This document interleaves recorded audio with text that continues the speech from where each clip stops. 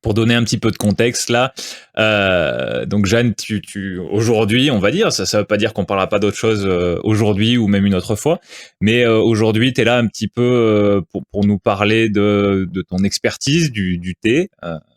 Je pense que les gens qui écoutent nous auront vu venir. Voilà, tu es dirigeante d'une boutique à Metz, Palais d'été. C'est ça, en franchise. Et maintenant, alors ça fait combien de temps que tu es dans le milieu du thé, on va dire? Que je travaille dans le milieu du thé, c'est depuis décembre 2014. D'accord, d'accord.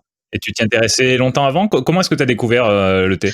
Alors le thé, c'est déjà ma mère qui ne boit que de l'eau et du thé. Donc elle se lève le matin, elle se fait un thé.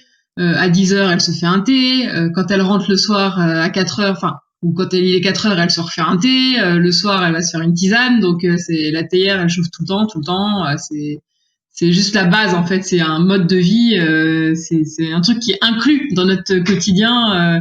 Donc j'ai grandi avec ça. C'est-à-dire que ma mère ne peut rien faire si elle a pas son thé. C'est juste elle peut pas se mettre en mouvement. Elle peut pas survivre quoi. Donc ça je le tiens complètement d'elle.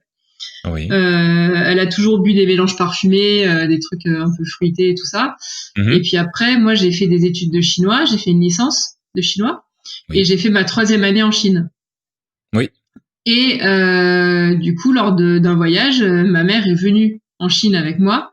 Et là, on a découvert les thés nature. Et alors là, ça a été une révélation. La façon de faire le thé à la chinoise, de manière traditionnelle, du coup, c'était vraiment...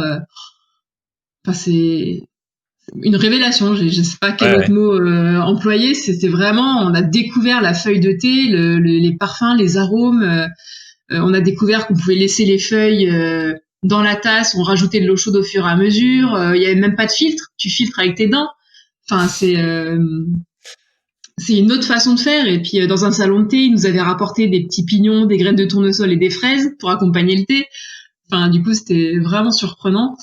Et donc depuis ce jour-là, on ne boit plus de thé parfumé, on ne boit que des thés nature. Donc il fallait que j'aille m'approvisionner quelque part pour trouver des thés à la hauteur de ce que j'avais pu expérimenter en Chine. Et donc j'ai découvert le Palais d'été, je suis devenue cliente pendant quelques années. D'accord. Et puis après, j'ai eu vent d'une opportunité de poste dans une boutique qui allait s'ouvrir à Clermont-Ferrand. Donc j'ai postulé dans la maison mère à Montpellier pour me former. D'accord. Et quand la boutique de Clermont-Ferrand a ouvert, j'ai été la responsable et c'est moi qui ai fait l'ouverture de la boutique. D'accord.